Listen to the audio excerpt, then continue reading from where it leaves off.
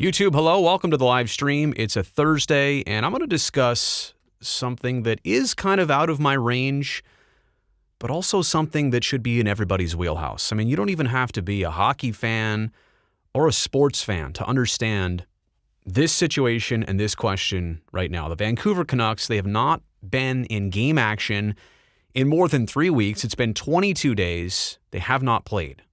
A severe COVID-19 outbreak among the team. And I'm talking players, families, staff members. This thing ravaged the Vancouver Canucks. And I do have to give the NHL some credit right off the top. I mean, let's be honest, this season, a bit miraculous in the way the league pulled it off. They started the NHL back up at the very worst time of COVID-19 across North America. If you look at that bar graph, right around mid-January, COVID was raging in the United States and not so much in Canada at that time, but it was still pretty severe. And so actually for the league to get through the hardest times and to get to the present where we've had this worst outbreak of the season thus far, don't get me wrong, several other teams have clearly gone through this, not to this extent, not for this long.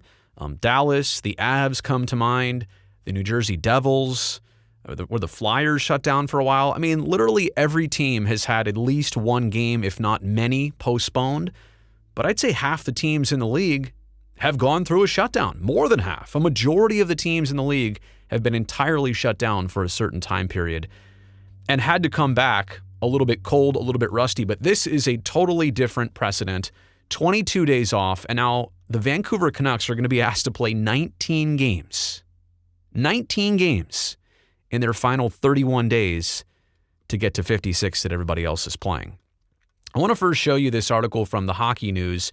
I'm not saying they uncovered this story, but they certainly have one of the most interesting angles toward it because they were actually able to talk to the NHL's Deputy Commissioner, Bill Daly. Now, he said in an email to the Hockey News, quote, by Thursday, their full team will be healthy and cleared. Thursday is today. By the way, the Canucks are holding a practice today, closed to the media entirely, but they're supposed to start playing again tomorrow against Edmonton. I'll get to that in a second. So he goes on to say, quote, we don't see any additional risks from a health/COVID standpoint. From a scheduling standpoint, the remaining schedule is challenging, but it's certainly not unprecedented. Very similar compression to what a number of other teams have faced this year and, quite frankly, what all teams face in Olympic years, by the way, like next year. We aren't twisting arms here, he says. Everything, including resumption date and various other critical aspects of the remaining schedule, were done entirely collaboratively and with club input and consent.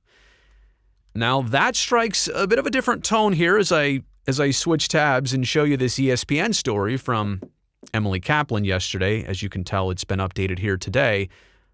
But JT Miller held a Zoom press conference yesterday. I'm not going to play the video here. I'll read you the quotes. I think it's going to play out just as it came across, watching this video, in person, I should say, or, seeing his body language going with these quotes. JT Miller said to the media, quote, what we're being asked to do is not going to be safe, if you're asking me. Now, how many times do you ever hear a hockey player go totally against the grain of the team or the league or something that's being asked of them? For better and a lot of times for worse, right? Hockey players, they get the job done. They're asked to do something. They find a way to get it done. And if they don't, they keep trying until said job is accomplished. That's what they're programmed to do. Literally jump over the wall, dominate, don't come back onto the bench until you've had a really good shift, scored a goal, done something positive. They're yes people. They get stuff done. I'm not knocking baseball, football, basketball players. I'm just saying there's a certain mentality in hockey that comes with, yes, I will do that job. So for JT Miller to be pretty, bold in his comments, I credit him. That is not what most NHL players would do in this sense. And I don't hear a lot of other players speaking up, but I'm telling you, they might be feeling this way, just not saying what he did. He went on to say, quote, "It's kind of frustrating, if I'm being honest with you. We try to talk about the number one priority being the players' health and their family's safety, and it's almost impossible to do what they've asked us to do here on our return." And yeah, the Canucks have not played since March 24th. I get it. Like, I credit the league for getting by the difficult times. I always said that so long as the league isn't forcing the issue, right? So long as the league isn't, mandating teams play like in this situation, so long as it feels natural and normal, then the NHL should persist. Like, they should go on with business. They should do what they can to make this season happen. But I do feel like asking a group that's not even fully back yet, they're being rushed into this because they have to be, because time is ticking at the end of the season. 19 games in 31 days? Like, the Sharks had the all 14 game road trip to start off their season. That was rough. But that wasn't 14 games in, 26 days. This is an unusual amount of compression. I don't care what anybody says. And it's also like there are some other things here which I think have to be stated. And let me go into that right here. Great reporting by Emily Kaplan to find out some more details that should interest most people. She says here, one player told ESPN on Tuesday that although doctors have told him he's no longer contagious after contracting the virus, he is still experiencing some after effects, like brain fog. The player told ESPN that he's planning to resume play with the team, though he is concerned about, quote, the unknown.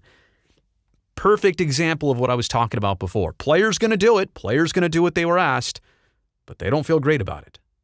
And it might be unreasonable what they're being asked. Now, I'm saying this twofold. Part of it is the COVID effect. You don't truly know the long-term health of all these players. What are they risking? What are they jeopardizing? And even for a player with brain fog or long COVID, very real things. Imagine being slow for just a half second, a split second, and getting hit across the middle of the ice. The injury had nothing to do with COVID except for the fact that your brain was about a beat slow. And at that level in that league, you cannot be a beat slow and be safe or be productive. Yeah, forget about being productive. You can't be safe. Not to mention, there's the other side, the whole non-COVID side. Yeah, guys, don't skate for 3 weeks. Shut the entire league down or shut your entire team down for 3+ weeks, 22 days. No access to ice facilities. I mean, maybe you're riding a bike at home, but no NHL pace for 22 days. You get one practice day, and then you get 19 games in 31 days. It's crazy and it's ridiculous. So yesterday, after Miller's comments, which kind of woke up the hockey world, the Canucks players had a video conference meeting with the NHLPA on Wednesday night. The sides were expecting more clarity today after a medical evaluation of the players. All I'm saying is they can have this practice today. I don't know if it's going to go great, average, whatever, but this just needs to get reevaluated. And you can't just say, yep, you're going to do it. And, for Bill Daly to go out and say they're not twisting anybody's arm, that's exactly the culture here of hockey that needs to be addressed. Of course they're going to say yes. Of course people are going to go with it because I get it. Like, and going back to the original question here, this piece by the Hockey News asks it pretty bluntly. Why are the Vancouver Canucks even playing this season? Oops, sorry. You can't see it on the screen. Sorry about that. Why are the Vancouver Canucks even playing this season? That's a bold question, but it's also a very relevant question. Unfortunately, not why have they played up to this point, right? I agree. It's been amazingly safe. The league has done an amazing job, but they have to be ready for one of these situations near the end of the year. Yeah, it's unfortunate. Just as COVID is turning a corner for the better across North America, something like this happens. But you knew this was a possibility. Now it's happening at the worst possible time. There has to be another way. And I realize you may get to the end and they don't play 56 games. And because of it, several other teams also don't. Figure it out. Do a points percentage. Like the North Division has to figure something else out other than making these guys finish. I think that's a tall task. It's a tall order. And I want to point out this paragraph right here. The NHL, which is insisting that each team play 56 games this season, certainly wants it. The Canucks, who don't want to be saddled with unfulfilled sponsorship and broadcasting commitments next season, seem eager to play. Now, when you say the Canucks, who don't want to be saddled with unfulfilled sponsorship and broadcasting commitments, are we talking about the Canucks as a business? As a franchise? Or are we talking about the players on the roster who do the dirty work, who actually risk their health and their lives to make this season happen? That's, I'm not critiquing the article, the way this was written here, but that's the rub here. That's the part to think about.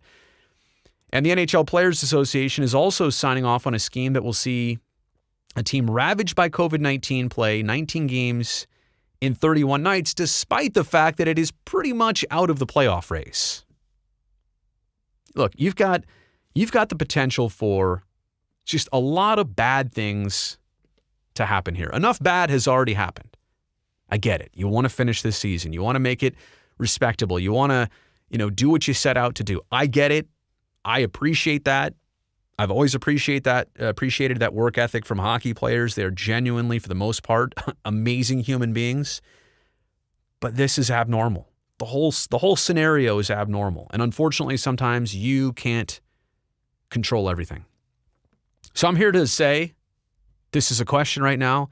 This is a dilemma right now. I would not be let down, upset, nothing if the Vancouver Canucks only play 15 games or 12 games in their final 31 days, whatever. The fact that they're going forward at this point says enough. This needs to be evaluated and reevaluated as it goes. This is a really uphill battle for the NHL and for those Canucks. So let me know what you think. Comment section below. Should the Vancouver Canucks actually go ahead and finish out this season? Should they do half the remaining games? Does it even matter? Should they even start tomorrow as scheduled? Or should all of this really take a backseat to the bigger picture at hand? Like I said, let me know what you think in the comments section.